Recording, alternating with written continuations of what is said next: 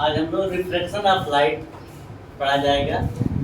9th class में आप लोग रिफ्लेक्शन ऑफ लाइट पढ़े हैं, है ना। रिफ्लेक्शन ऑफ लाइट होता क्या है कि बाउंसिंग ऑफ रे of light is called reflection of light. तो वो स्मूथ सरफेस पर, किसी सरफेस पर होता था, स्मूथ सरफेस पर पूरा गायब हो गया हो। देखिए, किसी सरफेस पर कोई लाइट जो है, कोई लाइट पड़ता है, रे ऑफ लाइट, तो यहाँ आफ्टर स्ट्राइक, यहाँ टकराने के बाद फिर उसी जो है मीडियम में ऐसे रिटर्न हो जाता है, सेम एंगल, सेम मीडियम में, है ना। रे of light falling on a surface, है ना, इट गो बाय या return in the same medium.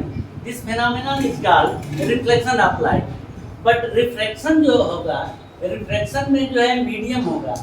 ये अगर एक मीडियम से, ये सपोज ग्लास है और ये एयर है, तो रे ऑफ लाइट किसी एक मीडियम से दूसरे मीडियम में जाता है, है ना। ये मान लीजिए कि नॉर्मल है, ये नॉर्मल है ना। इसको ओ एम सपोज कर लीजिए। एओ जो है, एओ लाइन जो है, इसको कहते हैं इंसिडेंट रे,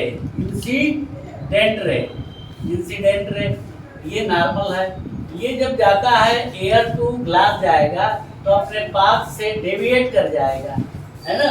और फिर जो है वो यहाँ से इमर्जेंट रे जब निकलेगा तो फिर जो है यह ओरिजिनल पाथ में आ जाएगा।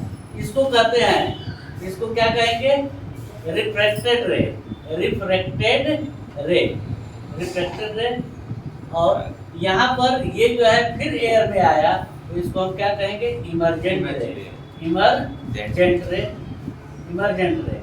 तो रे ऑफ लाइट जब, when a ray of light passing through from one medium to another medium, it divert its original path.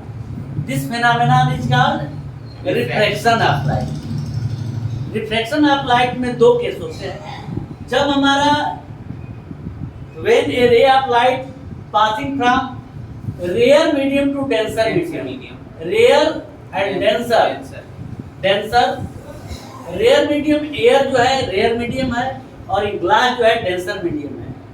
Air to denser जब जाएगा तो वह जो है डेंसर में जाएगा तो वह बेंट टू द नॉर्मल की तरफ बेंट कर जाएगा।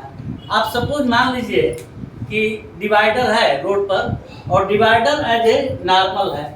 आप जब रेयर से रोड आपका खाली रहता है तो आप आते हैं, आते आते जैसे ही सट्टी में आएंगे, जहाँ भीड़ भाड़ रहेगा, डेंस रहेगा, जहाँ डेंसर रहेगा, वहाँ आप नॉर्मल की तरफ जो है आप डिवाइडर की तरफ थोड़ा सा दब जाते हैं।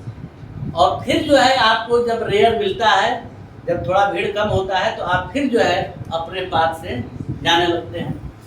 उसी तरह से लाइक दैट, जब रे ऑफ लाइट जो है रेयर मीडियम से डेंसर मीडियम में जाएगा तो नॉर्मल की तरफ क्या हो जाएगा, बेंट हो जाएगा। और फिर यहाँ बेंट हुआ, ये मान लो कि हमारा क्या है, नॉर्मल है। फिर हमारा ये डेंसर से एयर में, रेयर में गया तो फिर गो अवे फ्रॉम नॉर्मल। यही फेनोमेनन जो है रिफ्लेक्शन कहलाता है। यहाँ पे ये जो एंगल बनेगा वह आई कहलाएगा, एंगल ऑफ इंसिडेंट। और ये जो एंगल है वो आर है, एंगल ऑफ इंसिडेंट। ये एंगल आई क्या है, एंगल ऑफ इंसिडेंट। और एंगल आर जो है ये क्या है, एंगल ऑफ रिफ्रैक्शन। ठीक है ना।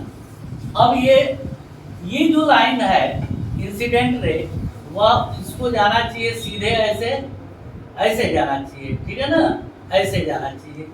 लेकिन यह चूंकि डेंसर में जाता है तो नॉर्मल की तरफ यहाँ से थोड़ा इधर बेंड कर जाता है, ठीक है ना।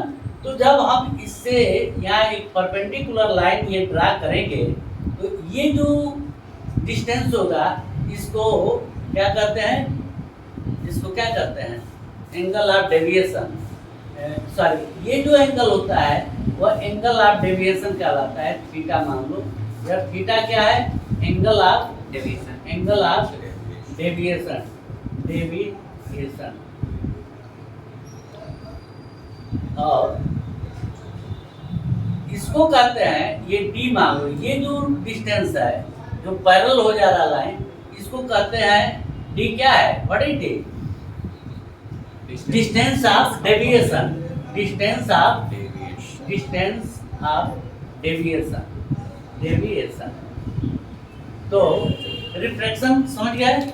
जब when a ray of light passing through from one medium to another medium, it deviates from its path, है ना? This phenomenon is called reflection of light, reflection of light, ठीक है ना? इंटर कर जाता है, क्योंकि लाइट जो है वन मीडियम से दूसरे मीडियम में इंटर करता है, सॉलिड लिक्विड गैस तीनों में जो है लाइट, है ना? अब आप आइए इस पे जो है लाज ऑफ रिफ्रैक्शन, रिफ्रैक्शन का दो लाज है। पहला है law incident and reflected ray and normal line same path. हाँ, इंसिडेंट रे, देखिए इंसिडेंट रे, नॉर्मल, और ये जो है इस लाइन को क्या कहते हैं, रिफ्लेक्टेड रे। ये तीनों जो है एक ही पॉइंट ओ पर जो है लाइट कर रहा है। तो पहला ला क्या हुआ, incident ray, normal and reflected ray lie on the same point, ठीक है? दूसरा इसका रूल क्या होगा, दूसरा ला क्या है, स्नेल लॉ, कि angle of sine of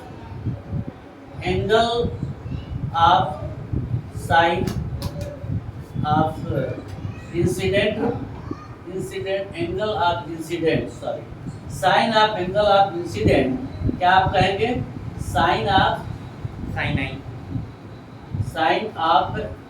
angle of incident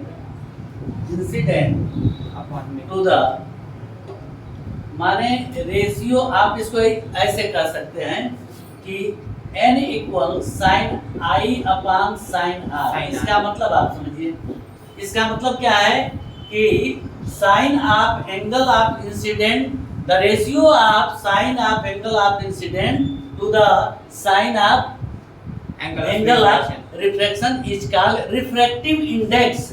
इसको क्या कहते हैं, refractive index. Refractive first law क्या है, incident ray, normal and reflected ray lie on the same point O.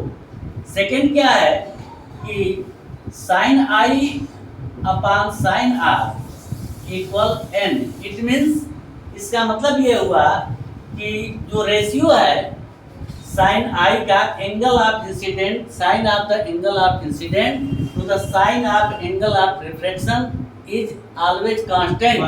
This constant is called refractive index. तो यह n जो है कांस्टेंट है, जिसको n को हम लोग क्या कहेंगे, रिफ्रैक्टिव इंडेक्स, रिफ्रैक्टिव इंडेक्स। तो इसे it is also called Snell's law. इसको क्या कहा जाता है, स्नेल्स लॉ भी कहा जाता है। यदि आपसे स्नेल्स लॉ पूछा जाए, व्हाट इज स्नेल्स लॉ, तो आप कहेंगे कि law of second law of the refraction is called, second law of the refraction is called Snell's law. और स्नेल्स लॉ है क्या, the ratio of refractive index of sine of the refractive index to the sine of incident, angle of incident to the sine of angle of refraction. Refraction is always constant. This is called Snell's law. Snell's law इसको कहते हैं। तो दोनों नियम आपको समझ में आ गया, ये दो लॉ है रिफ्रैक्शन का, ये दो लॉ है, इसी को आपको याद रखना है, पूछा जाता है। अब हम लोग रिफ्रैक्टिव इंडेक्स के बारे में पढ़ा जाएगा नेक्स्ट।